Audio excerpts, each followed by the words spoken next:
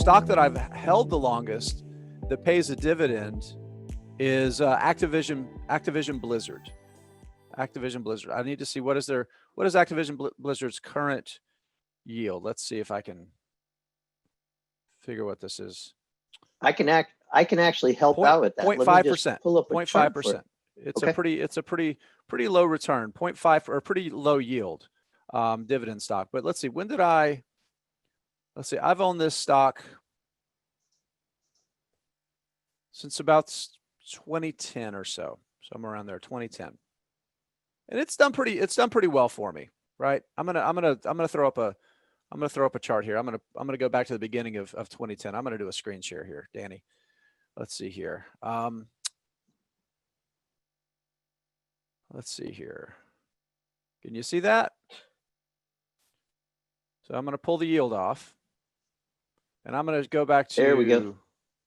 2010. I'm gonna go back to the beginning of 2010.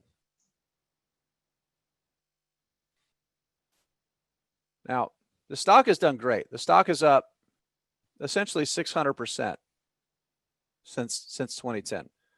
That's pretty good.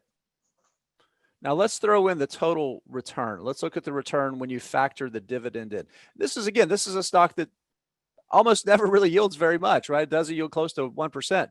But over the past decade, that little tiny dividend, and here's the big thing too,